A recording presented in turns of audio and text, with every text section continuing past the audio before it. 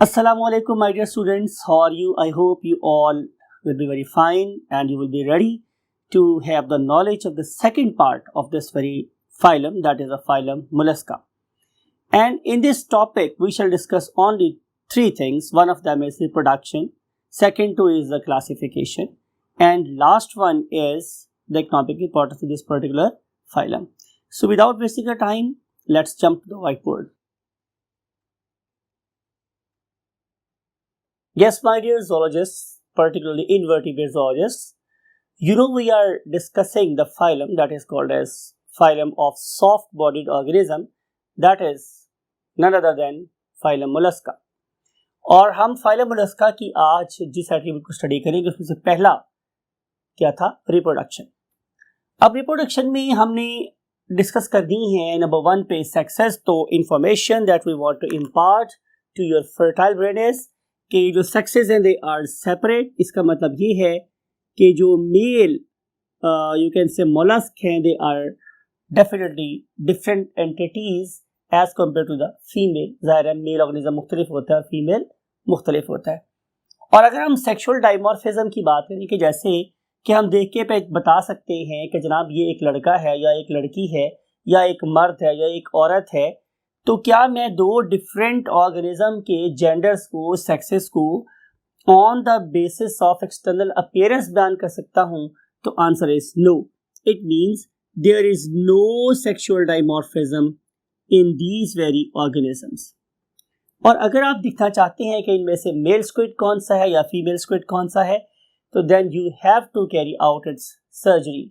और आपको पता है कि अगर हम सर्जरी करेंगे तो we have to have the finding of primary sex organs के if these primary sex organs are testes तो ये क्या होगा, mail.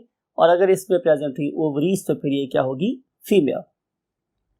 As far as a fertilization is concern, तो फर्टिलाइजेशन इज यूजुअली इंटरनल और इस पर्टिकुलर इंटरनल फर्टिलाइजेशन के result में they will give rise to a fertilized egg. और उस फर्टिलाइज्ड एग की अगर मैं डेवलपमेंट देखूं तो वो कैसी है, इनडायरेक्ट. इसका मतलब ये होगा कि ये ऑर्गेनिज्म स्टॉप ओवर स्टेजेस से गुजरेंगे. और आपको पता है कि जब भी स्टॉप ओवर स्टेज इन्वॉल्व होगी तो definitely they will give rise to what, the larvae. तो इसमें लार्वी बनते हैं. So that is information that is basically given in your book. और वही बात है कि मुझे हुक्म अज़ा ला इलाहा इल्लल्लाह की मुझे सिर्फ ज़्यादा बातें आपको बुक तक कन्फाइन रखनी है. So let's jump to the next topic and that very topic is classification. हमने आप लोगों की बुक के मुताबिक ही सिर्फ पढ़ाना है, तो उसमें आप लोगों को डिस्कस करनी है कितनी classes, total 3. Otherwise there are 6 classes. So आप लोगों को उन 6 क्लासेस में से 6 के नेम्स भी वन नहीं चाहिए हैं. आपको सिर्फ और सिर्फ 3 क्लासेस के नेम्स चाहिए और उसकी कुछ यू कैन से कैरेक्टरिस्टिक्स आप लोगों को माइंड में रखनी है. तो पहली क्लास है गैस्ट्रोपोडा, राइट. और अगर आप लोग इस पर्टिकुलर गैस्ट्रोपोडा को देखिए तो मैं ये चाहता हूं कि मैं अनलाइक योर बुक आप लोगों को मैं पहले एग्जाम्पल मीन्स उनकी जो मिसालें हैं वो लिख दूं, सो दैट कि अगर आपके माइंड में वो पिक्चर होगी तो आप उन पर्टिकुलर पिक्चर को माइंड में रख के उसकी कुछ फीचर्स खुद भी ले सकते हो. तो I want to place examples और the members of this particular class at first. So जो सबसे पहली मेरे पास एग्जांपल है उसका नाम है हेलिक्स एस्परा, हेलिक्स एस्पर्सा. और ये जो हेलिक्स एस्पर्सा है इसका जो नाम है garden snail, that is garden snail. यानी कि जो हमारी स्नेल है और जो हमारी स्लग है, these are the 2 examples of this particular file. आप लोग इस पर्टिकुलर इमेज को देखें. This is the image of what, helix aspersa, that is called as the garden snail. और अब आप देखिए इस इमेज को, that is regarding the slug और it is also known as limax. तो ये 2 एग्जांपल्स हैं जिसको आपने अपने माइंड में रखना है. और इन एग्जांपल्स अपने इन पिक्चर्स को माइंड में रखने के बाद हम इससे कुछ एट्रीब्यूट स्टडी कर रहे हैं.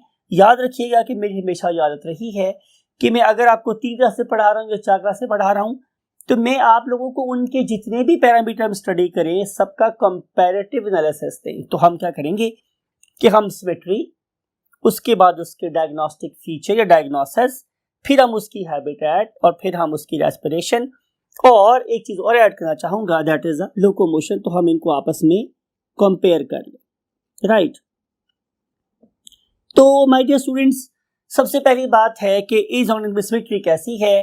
बात आपने गौर से सुननी है, बात बहुत ध्यान से सुनने वाली, माइंड में रखने वाली है कि अगर मैं इसकी सिमेट्री की बात करूं तो आप लोगों को याद होगा कि जो ही हम लोग फाइलम प्लेनेरिया से आगे मूव हुए तो सारे के सारे ऑर्गेनिज्म की सिमेट्री कैसी हो गई थी, बाइलेटरल। लेकिन आपको ये वाली बात भी याद है कि हमने ये बोला था कि इस पर्टिकुलर ग्रुप जिसे हम गैस्ट्रोपोडा बोलते हैं, वहां पे एक फिनोमिना ऑपरेट हुआ था, and that very phenomena was torsion, right. उस पर्टिकुलर टॉर्शन के प्रोसेस की वजह से इन पर्टिकुलर गैस्ट्रोपोड्स की सिमेट्री लॉस हो गई थी। तो हम लिखेंगे कि सिमेट्री इनिशियल कैसी है, बाइलेटरल, ठीक है, but finally it is asymmetrical, और एसिमेट्रिकल होने की वजह मैंने आप लोगों को बताई है, and that very thing is called as torsion, ठीक है। What is their diagnostic feature, अभी डिस्कस हुआ, यस एक्सेलेंट, आपने बिल्कुल ठीक जज किया है कि इन ऑर्गेनिजम्स की जो सबसे बड़ी पहचान है कि they have got the external coiled shells. इनका एक ही शेल होता है, और इस पर्टिकुलर कॉइल्ड शेल की सबसे बड़ी फीचर यह है कि उन्हें हाइडिंग स्पेस प्रोवाइड करता है। इस पर्टिकुलर शेल का जो सबसे लास्ट पार्ट है, लास्ट फ्रेगमेंट है, वो according to the size of the animal होगा। एनिमल अपने आपको उसमें छुपा भी सकता है, और जब खतरा टल जाएगा तो अपने आपको उसमें से बाहर भी निकाल सकता है। तो ये उनका बड़ा एक यूनिक फीचर है। इसका सबसे बड़ा फायदा क्या है, protection, right. And then if you look at the habitat, these organisms they are basically both aquatic and terrestrial in habitat, यानी कि ये ऑर्गेनिजम्स एक्वाटिक भी होते हैं और टेरेस्ट्रियल भी होते हैं। लेकिन अगर ये टेरेस्ट्रियल हुए तो फिर ये पानी के बहुत ज्यादा क्या होंगी, पास होंगे, they are not very far away from the water bodies. And if you look at their respiration, तो वेरी सिंपल, अगर तो ये हुए मेरे पास एक्वाटिक, तो ये वाले ऑर्गेनिज्म रेस्पायर करेंगे by means of none other than gills. तो ये गिल्स से रेस्पायर करेंगे, ठीक है। और अगर ये एक्वाटिक ना हुए बल्कि टेरेस्ट्रियल हुए तो डेफिनेटली इनकी जो मेंटल कैविटी है वो उसमें रोल प्ले कर रही होती है। ये आपको याद होगा कि हमने इनके बात की थी बुक लंग्स के बारे में। अब आपने जरा एक बात को गौर से सुनना है कि मैंने बहुत डिटेल से डिस्कस किया था लास्ट लेक्चर में कि अगर आप इनकी लोकोमोशन को देखोगे तो they have got only 1 foot, इनका सिर्फ और सिर्फ 1 पांव है, only 1 foot, only 1 foot, and that very foot is asymmetrical। और आपको याद होगा मैंने एक टर्म यूज की थी undulating movements, कि इनकी जो imbalanced movement है that is called as undulating movement। और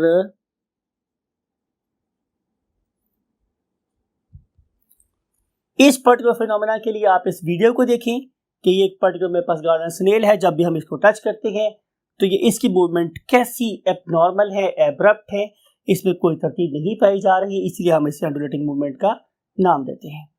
और वजह क्या है, सिर्फ एक ventral muscular foot. Now we want to jump to next class, that is called class bivalvia. That very class bivalvia name indicate कर रहा है कि जब मैं वर्ड यूज करता हूं बाय तो इसका मतलब है two. Yes my dear students, you are perfect, कि बाय का मतलब होता है मेरे पास टू, और वेल्व्स मीन पीसेस। ये हम किस चीज की बात कर रहे हैं, इसमें किस चीज के 2 पीसेस हैं, तो आंसर इज कि इनके शेल के 2 पीसेस हैं। दे हैव गॉट, जैसे आपको याद है लास्ट क्लास में शेल कैसा था, कॉइल्ड, लेकिन इस वाले केस में जो शेल है वो कॉइल्ड नहीं है बल्कि उसके हमारे पास 2 पीसेस है, राइट। और इस पर्पस के लिए आप लोग एग्जाम्पल देख रहे हैं। नंबर 1 मैं चेंज कर रहा हूं कलर, और जो पहली एग्जाम्पल है मेरे पास that is called as mytilus, and the very next example is ostrea. And if you want to know the meaning of Austria or you want to listen कि Austria क्या होता है, तो ये होता है my dear students what? Very famous, जिसे हम सिप या मोती बनाने वाला ऑर्गेनिज्म बोलते हैं, राइट? ओएस्टर भी कहा जाता है इसको, राइट? ऑस्ट्रिया इसका बायोलॉजिकल नेम है, ओएस्टर इसका कॉमन नेम है, और mytilus it is the example of fresh water mussels. If you look at their symmetry is always bilateral. इनकी symmetry हमेशा कैसी होती है स्टूडेंट्स? Bilateral. लेकिन इनकी जो इनका जो ऑर्गेनिज्म है, it is definitely not very circular but it is compressed, right? Compressed organism है. और जो इसका डायग्नोस्टिक फीचर मैंने अभी आप लोग डिस्कस किया कि their diagnostic feature is presence of what? External shell, and that very external shell it has got two pieces. ये बिल्कुल दो पीसेस होते हैं और ये अपनी डॉर्सल साइड से अटैच होते हैं, और इनको हम वेंट्रल साइड से एक दूसरे से दूर कर सकते हैं यूजिंग यू कैन से मसल्स, और इन मसल्स को हम लोग एडक्टर मसल का नाम देते हैं, राइट? अगर हम इस सर्जरी करेंगे तो आप लोगों को इस शेल के अंदर वाली साइड पे एक ऊपर और एक नीचे मसल नजर आएगा. जब ये वाले मसल रिलैक्स होते हैं तो ये शेल के दो पीस एक दूसरे से दूर चले जाते हैं. ऑर्गेनिज्म अपने विसरा को, अपने सॉफ्ट बॉडी पार्ट को बाहर निकाल सकता है, लेकिन जो ही खतरा होगा ये अपने विसरा सॉफ्ट बॉडी पार्ट को अंदर की तरफ रिट्रैक्ट कर लेगा और इन एडक्टर मसल्स को कॉन्ट्रैक्ट करेगा, और it will remain safe at least from those organisms के जिनकी फोर्स डेफिनेटली इस एडक्टर मसल से कम है. If you look at their habitat, तो these organisms they are basically aquatic. ये ऑर्गेनिज्म सारे के सारे aquatic organism हैं. None of them is present on the face of land, that is a terrestrial. And if you look at their respiration, you're very perfect. This organ of respiration is nothing other than what? The gills. तो ये gills से ही respire करते हैं, और जो gills हैं they are basically present in the cavity that is called as a mantle cavity. Examples दोबारा बोल रहे हैं. एग्जांपल्स इसकी two. One of them is mytilus that is basically called as what? जिन्हें हम लोग मसल्स बोलते हैं, और ऑस्ट्रिया जिन्हें हम लोग सीप या हम मोती बनाने वाले ऑर्गेनिज्म का नाम देते हैं. Now we want to the last class and that is called as a cephalopods. और आपको पता है कि जब भी मैं वर्ड यूज करता हूँ सेफेलिक रीजन, तो इसका मतलब मेरी खोपड़ी, मेरा हेड रीजन. तो ये वाले ऑर्गेनिज्म ऐसे हैं कि जिनके पास एक बहुत बड़ा सर मौजूद है. सेफेलिक का मतलब क्या होता है स्टूडेंट्स? मेरे पास हेड. यानी कि अगर आपको कोई सॉफ्ट बॉडी ऑर्गेनिज्म मिले और उसका सर बहुत बड़ा हो तो डेफिनेटली वो क्या होगा? सेफलोपॉड होगा. और इसकी एग्जाम्पल हमारे पास आपने दोबारा देखनी है. One of them is Loligo, right? And you know very well कि हम लॉलीगो को आम जबान में स्क्विड बोलते हैं, राइट? लॉलीगो और the squid. And then what is the next example? Next example is none other than sepia. Whenever we use the term sepia, इसका मतलब होता है कि we are talking about cuttlefish,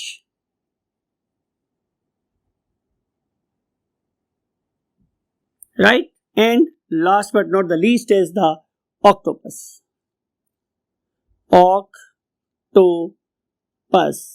And what is the name of this particular?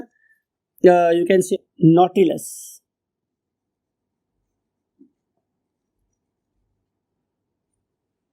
Right. तो ये मेरे पास 3 examples हैं. मेरा ख्याल है कि इनमें से कोई भी ऐसी चीज नहीं है जिसके बारे में आप नहीं जानते. अगर आप नहीं जानते तो दोबारा से देखिए. Look at this very image. It is for loligo. It is also called as squid. Number 2 is a sepia, also known as a cuttlefish, and last one is octopus, known as nautilus. अब इन तीनों की तीनों examples में जो एक चीज common है वो ये है कि जो फिशरमैन होते हैं, जिसे हम मछुआरे बोलते हैं, they normally call them as ink fish, because आपको पता है कि जब कभी भी खतरा होता है तो ये वाले ऑर्गेनिज्म अपनी सराउंडिंग में एक ब्लू कलर का इंक रिलीज करते हैं. ऑर्गेनिज्म कैमोफ्लेज हो जाता है, और कैमोफ्लेज होने के बाद जब तक बादल छटेंगे मीन इस ब्लू इंक के, तो ये वाला ऑर्गेनिज्म एस्केप करके कहीं से कहीं निकल चुका होगा. तो इनका बहुत ज़बरदस्त सेफ्टी एक मैकेनिज्म है इसीलिए हम इन सबको क्या बोलते हैं, इंक फिशेस। सिमेट्री की बात की जाए तो these organisms are definitely bilateral symmetrical, और ये पूरी जिंदगी बायलैटरल ही रहते हैं। And if you look at their diagnostic feature, तो very simple, these organisms, they are basically what? They are basically they lack external word shell, external shell नहीं होता, plus they have got internal shell। अगर external नहीं है तो फिर क्या है, internal shell है, और इंटरनल शेल भी पूरी बॉडी में ही प्रेजेंट है, बल्कि वो सिर्फ और सिर्फ कॉन्फाइंड है कहाँ, टू द हेड रीजन, और quite often even it is also absent. So ये मेरे पास परफेक्ट सॉफ्ट बॉडीड ऑर्गेनिजम्स हैं। And if you look at their habitat, तो they can not exist on land, they are 100% aquatic organism, they are 100% aquatic organisms। और मैं अगर ये कहूं कि most of them they are marine aquatic, तो ये भी गलत नहीं होगा। आपको याद है हमने पहले वाली क्लास में ये पढ़ा था कि उनके पास एक क्या प्रेजेंट होता है, फुट, और उस पर्टिकुलर फुट की वजह से ये मूव करते हैं इन अ इम्बैलेंस्ड वे। लेकिन अगर मैं इस ग्रुप की बात करूं, that is the squids, so they are the most, you can say, versatile organism in the term of their maneuverability, in the terms of their movement, they are the fastest amongst all mollusks। तो हम बोलेंगे कि they are very swift swimmers, they can swim, they can walk, they can propel like a jet, so they are the most versatile in the terms of their locomotion। लेकिन अगर आप लोग बात करेंगे बाइवेल्विया की, तो ये वाले ऑर्गेनिज्म अपनी एडक्टर मसल की वजह से ही उछलते कूदते हैं, otherwise they are not very active organisms. And now we want to move to the last topic, and that is called economic importance, right? Phylum Mollusca की इकोनॉमिक इंपॉर्टेंस आपको पता है। जब मैं बात करूँगा इकोनॉमिक सी, तो उसका मतलब है कि हम पैसा कमाने की या पैसा के लॉस होने की बात करेंगे। तो डेफिनेटली जब ये ऑर्गेनिज्म मुझे नुकसान पहुंचाएंगे तो उसकी वजह से मेरा लॉस होगा, तो मैं इसे बोलूँगा कि ये उसका हार्मफुल इकोनॉमिक इफेक्ट है। और अगर मैं उनको बेच के उनसे कोई चीज़ गेन कर सकता हूँ, पैसा गेन कर सकता हूँ, तो उसका मतलब है कि इसका यूजफुल इफेक्ट है। तो हम इनको देखते हैं। सबसे पहली बात, इसका हार्मफुल इफेक्ट क्या है कि अगर आप लोग देख रहे हैं स्टूडेंट्स किसी भी फॉर एग्जांपल गार्डन स्नेल को, तो स्नेल्स की सबसे बुरी बात ये है कि ये मेरे प्लांट्स की रूट्स को और मेरे प्लांट के स्टेम्स को कट कर देते हैं, और कट करने के बाद जाहिर है ये मेरे गार्डन को ख़राब करते हैं, राइट। तो इनका एक बैड इफेक्ट है। इसके अलावा अगर आप देखें तो हमारे पास शिप वर्म्स होते हैं, शिप और यू कैन से स्लग्स होती हैं, और ये पर्टिकुलर जो शिप स्लग्स हैं ये ख़राब कर सकती हैं। जाहिर है तो पुराने दौर के शिप्स को कि ज़ाहिर जो लकड़ी के बने होते थे और ये लकड़ी के ऊपर रहते थे, सर्वाइव करते थे और हमारी लकड़ी को गिला छड़ा देते थे, तो इस तरीके से हमारी जो बहुत सी शिप्स थी वो डूब जाती थी या ख़राब हो जाती थी। लेकिन चूंकि आज हमारे पास जाहिर है एक और बेटर सुपीरियर मेटल आ गई है, तो आमतौर पे ये हम लोगों को प्रॉब्लम नहीं कर रहे होते। लेकिन बहरहाल पुराने दौर में ये जो शिप्स लग्स थी ये बहुत से शिप्स के डूबने और टूटने का बहुत बड़ा एक जरिया हुआ करती थी। अब हम चलते हैं इसके कॉस्ट इफेक्टिव यूजफुल इफेक्ट की तरफ। तो अगर मैं यूजफुल होने की बात करूँ तो these organism are very useful as well, because की नंबर एक बात ये है, these organism they are source of very valuable you can say beads. अगर आप इस पर्टिकुलर वीडियो को देखें तो यहाँ पे ये जो मोहतरमा है ये इस वक्त एक समंदर के शैलो वाटर में क्या कर रही हैं, अपने सर्च कर रही हैं, और सर्च करने के बाद इन्हें यहाँ से मिल जाते हैं ये कुछ ओएस्टर्स। और आपने देखा कि ये ओएस्टर माइटलस नहीं है, ये ओएस्टर्स हैं। तो इन पर्टिकुलर ओएस्टर्स को लुक एट दिस, के जो मोहतरमा है अब इनके एजेस को ब्रेक कर रही हैं, और ब्रेक करने के बाद with the help of knife ये उन्हें खोलती हैं, और खोलने के बाद इसके सॉफ्ट बॉडी पार्ट के अंदर इंटेग्रल्ड होता है ये वाला पर्ल। तो ये बड़ी वैल्यूएबल, बहुत ज़्यादा प्रेशियस बिकते हैं ये, और जाहिर है हमारी ऑर्नामेंटल इंडस्ट्री में इनका बहुत बड़ा रोल होता है। फिर आपने देखे होंगे कि खासतौर पे हमारे कराची के साहिल पे बहुत से लोग होते हैं जो स्नेल जो स्नेल होती है उसके शेल से बने हुए बहुत से ऑर्नामेंटल ऑब्जेक्ट्स बना लेते हैं, और जाहिर फिर इनको बेच के वो पैसे कमाते हैं। तो ये एक ऑर्नामेंटल चीज़ भी है जो हमारे घरों में इस्तेमाल होती है। और किसी ज़माने में मुझे याद है कि इन पर्टिकुलर सीप को हम प्रो के किस्म धागों में और नायलॉन की तारों में हम लोग बड़े खूबसूरत किस्म के कर्टन्स भी बनाया करते थे, पुराने दौर की बात है। तो इस तरीके से बाहर लोग इसको इस्तेमाल करते हैं for the purpose of beauty, लेकिन ये तो वो चीज़ है जो कि लो लेवल पे इस्तेमाल हो। लेकिन अगर हम देखें तो नेशनल लेवल के ऊपर जाके आप लोगों को अमेरिका जैसे कंट्री में आपको नजर आएगा कि इन पर्टिकुलर शेल्स को क्रश किया जाता है और क्रश करने के बाद इसमें टार मिलाई जाती है और टार मिलाने के बाद इनसे रोड्स बनाई जाती हैं जो कि काफ़ी ज़्यादा स्ट्रॉन्ग होती है, right. And last but not the least वो ये है कि ये वाले ऑर्गेनिज्म फूड का एक बहुत बड़ा सोर्स है। आपको पता है कि सी फूड में इन ऑर्गेनिज्म को बहुत ज़्यादा शौक से खाया जाता है और इन्हें खाने वाले लोग भी बड़े स्पेसिफिक होते हैं, उनके पकाने का तरीका भी बहुत स्पेसिफिक होता है। इवन जो बहुत से रेसलर टाइप ऑर्गेनिज्म हैं जो कि अपने आप को बड़ा निंजा का एक्सपर्ट कहते हैं, उनकी सक्सेस को समटाइम अवॉर्ड ही तब माना जाता है या किया जाता है कि जब ये इस किस्म के ऑक्टोपस को जिंदा खा के दिखाते हैं। तो they have got tremendous, you can say, application in the terms of bravery and in the terms of food, particularly in the eastern countries and even in case of America and few places at Africa. आमतौर पे जो हमारा country है, हमारे जो इर्द गिर्द के लोग हैं, वो आमतौर पे इन ऑर्गेनिज्म को नहीं खा रहे होते, लेकिन बहरहाल they are source of food. Interesting feature last का टॉपिक है और इसको अंडरस्टैंड करने के लिए मैं आपको डेफिनेटली यहीं पे चाहूँगा कि मैं आपको कहूँ खुदा हाफिज़। और इसके लिए मैं आपको छोड़ के जा रहा हूँ इस एक वीडियो के साथ। और इस वीडियो में आपको क्या नजर आया, लुक एट दिस, कि इस ऑर्गेनिज्म को अगर आप देखेंगे तो that is very marvellous organism and that is another then the octopus. This octopus is you can say very very capable, उसमें बिल्कुल सही मौजूद है कि ये अपने आप को कैमोफ्लॉज कर ले। कैमोफ्लॉज का मतलब है रंग को बदल ले, लेकिन कैमोफ्लॉज का मतलब सिर्फ रंग बदलना नहीं होता, बल्कि एक टर्म हम यूज करते हैं मिमिक्री। मिमिक्री का मतलब होता है अपने आप को कॉपी करना। लुक एट दिस के इस ऑर्गेनिज्म में ये सबसे बड़ा फीचर है कि अगर किसी करीब कोई प्लांट होगा तो ये अपने आप को प्लांट जैसा कर लेगा, अगर इसके पास कोई स्टोन है तो अपने आप को स्टोन जैसा कर लेगा, और अगर ये हमारे शैलो वाटर में पेबल्स भी पत्थरों के दरम्यान में है तो अपने आप को पत्थरों जैसा कर लेगा। ये अपने रंग को भी बदल सकता है। ये जो कैमोफ्लॉजिंग एबिलिटी है, इट इज मार्वलस। और ये आप लोगों को किसी और ग्रुप में इतनी ज़्यादा प्रोनाउंस नजर नहीं आती है, राइट। तो पहला इंटरेस्टिंग फीचर हमारे पास इसका क्या है, ये है। और इसके बाद स्टूडेंट्स अगर हम देखें दूसरा फीचर मेरे पास क्या है, जैसे मैंने डिस्कस किया था आप लोगों के साथ कि जब कभी भी इन ऑर्गेनिज्म को क्या होता है कोई थ्रेट, तो ये एक इंक रिलीज करते हैं। Look at this. और इस particular for the second interesting feature that is called as its escapability, हम इस वीडियो को देख रहे हैं। इस वीडियो में यू कैन सी कि जब कभी भी इस ऑर्गेनिज्म मीन इंक फिशेस को खतरा होता है तो ये रिलीज करती है एक ब्लू कलर की इंक इन इट्स सराउंडिंग, और जो इसका प्रेडेटर है मीन्स वो शिकार करने वाला ऑर्गेनिज्म है वो इसी में उलझ जाएगा। And look at this how you can say simply how easily this particular ink fish can escape from here. तो ये हमारे पास इसके दो बड़े ही ज़्यादा इंटरेस्टिंग फीचर्स हैं, राइट।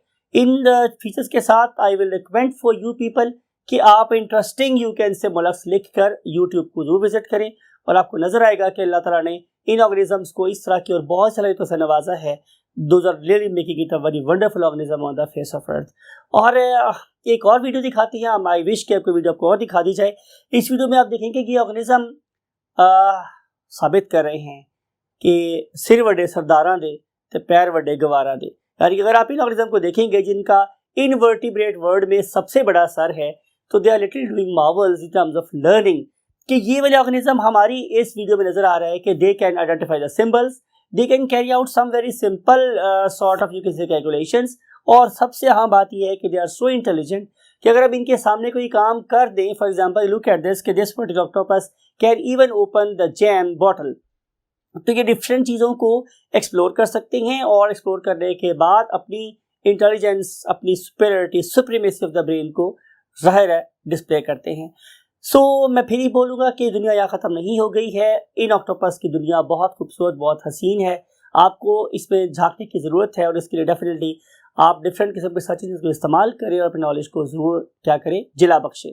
इस दुआ के साथ कि आपका इल्म ऐसे ही बढ़ता रहे और आपको अच्छे अच्छे लोग मिलते रहें जो आपको इनके बारे में अच्छी अच्छी चीज़ें बताते रहें, और आप अपने वालिदैन का अपना बहुत ख्याल रखें। आई वुड लाइक टू से यू बाय बाय, अल्लाह हाफ़िज़।